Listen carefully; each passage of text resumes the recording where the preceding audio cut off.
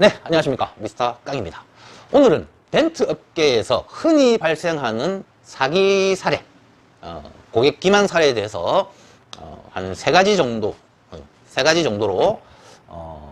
설명을 드려보겠습니다. 덴트라는 업종은 비교적 좀 정직한 업종입니다. 그냥 눈에 보이는 찌그러짐을 복원하는데 얼마냐 합의하고 또 복원이 되었는지 안 됐는지를 눈으로 직접 보고 확인할 수 있기 때문에 뭐 다른 여타의 업종보다는 비교적 그래도 조금 더 정직한 업종일 수 있습니다. 그런데 덴트가 가지는 특성이 조금 애매한 부분이 있어요. 이 덴트라는 업종에서 이 기술력의 차이에 따라서 덴트가 되고 안 되고의 차이가 극명하게 천차만별의 기준을 가지고 기술자들마다 다른 판단을 합니다. 또 작업을 했다고 해도 기술자의 수준에 따라서 그 작업의 결과가 역시나 천차만별의 다양함을 가지고 있어요.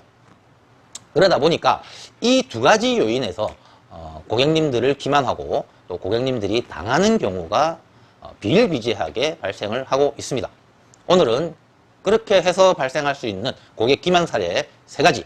그 첫 번째는 일단 천차만별의 완성도가 있기 때문에 어느 정도는 감안을 하시고 판단을 하셔야 되지만 정말 복원이 아닌 덴트 실패라고 할 수 있는 수준 이하의 결과를 두고 뭐 일했다고 뭐 몇 시간 동안 고생했다고 비용을 청구하고 또 고객님은 또 몰라서 또 그 비용을 뭐 원래 이런가 보다 좀 아쉽지만 뭐 이랬으니까 달라니까 라고 이제 비용을 지불하시는 경우들이 있는데 그러지 않으셔야 된다라고 저는 생각을 합니다.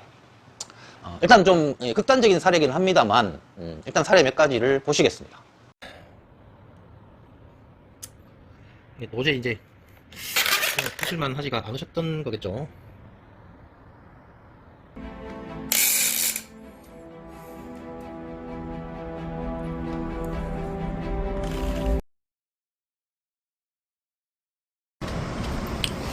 이런 걸 한번 볼까요?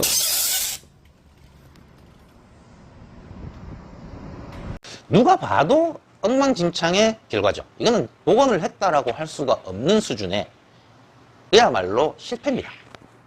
비용을 지불하지 않으셔도 되는 사례고요. 지금 보신 사례들은 고객님들이 다 비용을 지불하신 사례입니다. 그리고 다시 저에게 방문해 주셔서 저한테 남이 이제 조져놓은 그런 작업들을 저보고 다시 좀 해결해 달라고 방문해 주신 경우인데요. 돈을 안 주셨어야 맞는, 그리고 업체 입장에서도 그냥 믿져야 본전이라 합시고 이제 아마 돈 달라고 했을 거예요. 안 주면 어쩔 수 없지 하면서도 이제 달라고 했을 건데 이 고객님들이 너무 순진하신 건지 너무 사람이 좋으셔서 어쨌든 맡겼고 일을 했으니까 뭐 그러고 이제 돈을 주신 것 같아요. 그래서 어쨌든 덴트를 맡기실 때는 깔끔하게 되느냐 깨끗하게 되느냐를 꼭 확인하시고 작업을 맡기셔야 됩니다. 대부분은 뭐 맡기면 당연히 깨끗하게 복원이 되겠지라고 생각하시고 그 결과가 결국 뭐 어떤 업체든 다 비슷할 거라고 생각하시는데 절대 그렇지 않다라는 거 감안하셔서 꼭 깨끗하게 되는지를 확인하시고 작업을 맡기시고, 그리고 그 결과가 애초에 합의된 것과 다르다면 당연히 정당하게 비용을 지불하지 않으시는 게 맞습니다. 자, 두 번째 사례. 이거는 정말 흔히 발생하는 사례인데요. 정말 어떤 덴트 기술자들이 보면 뭐 당연히 되는 거고 뭐 어렵지도 않고, 또는 뭐 정말 초급자도, 초급은 기술자입니다. 초보는 뭐 기술자가 아니겠지만 초급 기술자도 그냥 당연히 복원할 수 있는 내용임에도 불구하고 이거는 덴트가 안 되는 겁니다. 판금 도색 하셔야 됩니다. 뭐 각 부분이라서 어렵습니다. 뭐 철판이 너무 늘어나서 어렵습니다. 뭐 이중 철판이라서 안 됩니다.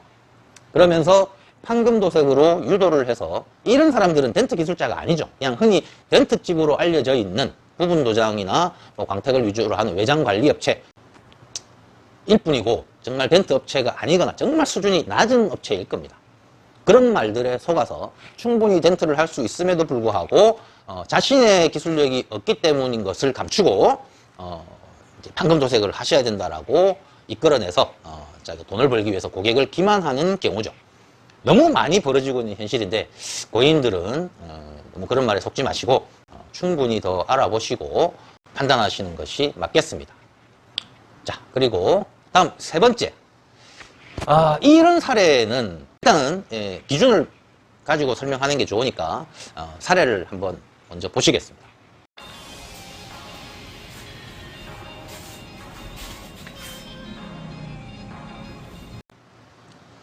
보신 사례는 좀 애매합니다.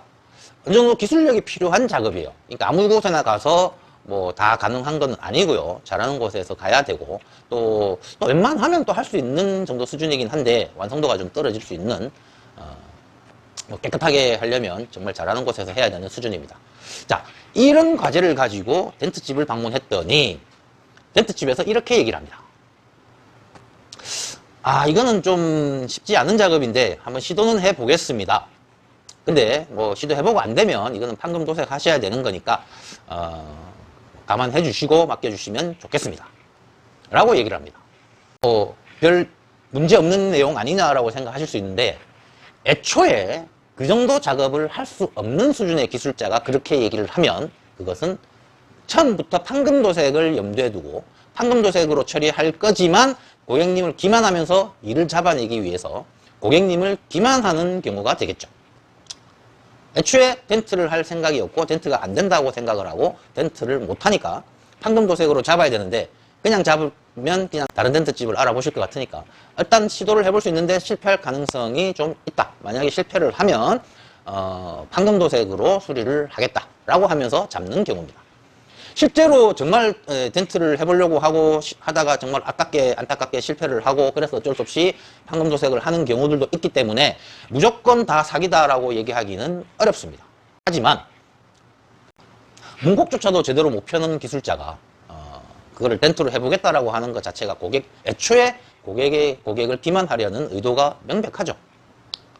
또 반반이라고 보면 반은 명백한 사기, 반은 정말 시도를 해볼 수 있다라고 봅니다만 이런 경우에요.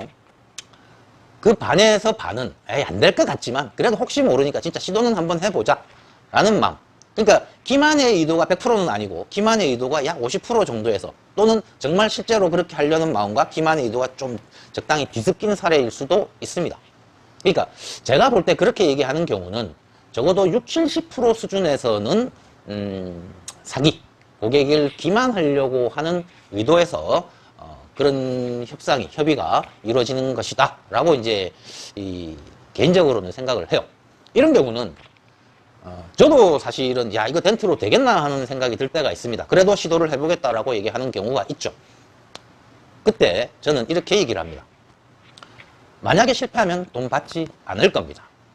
덴트로 시도하겠습니다. 그리고 만약에 실패하면 돈을 받지 않겠습니다. 그 다음 문제는 그 다음에 얘기를 하시죠. 판금 도색을 하셔야 될 수도 있고 아니면 어느 정도 실패는 했지만 어느 정도 복원된 걸로 그냥 만족하고 타신다 그러면 그냥 그렇게 하시면 됩니다 라고 이제 저는 그렇게 얘기를 해요. 제가 부담하는 거죠. 실패에 대한 부담을 제가 가져가는 겁니다. 저는 성공에 대한 결과에 대한 의미를 가지고 비용을 청구하고 돈을 받는 사람이지 몇 시간 노력했다고 일을 했다고 돈을 받는 사람이 아니에요. 이 성공하고 실패하고는 제 판단이고 제 책임이거든요.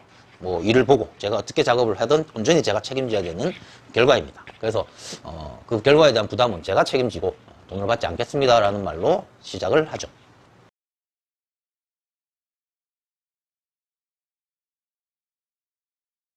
자, 이 덴트 업계에서 흔히 발생하는 3가지 사기의 사례. 보다 많은 분들이 이 영상을 통해서 덴트 업체를 알아보시는 분들이 도움을 받으셨으면 좋겠고요. 당하는 일이 없었으면 좋겠습니다. 그래서 보다 많은 분들께 이 영상이 알려질 수 있도록 좋아요 또는 이제 댓글 아니면 공유 이런 것을 통해서 보다 많은 분들께 이 영상이 다가갈 수 있도록 도와주셨으면 감사하겠습니다. 여기까지 하겠습니다. 감사합니다.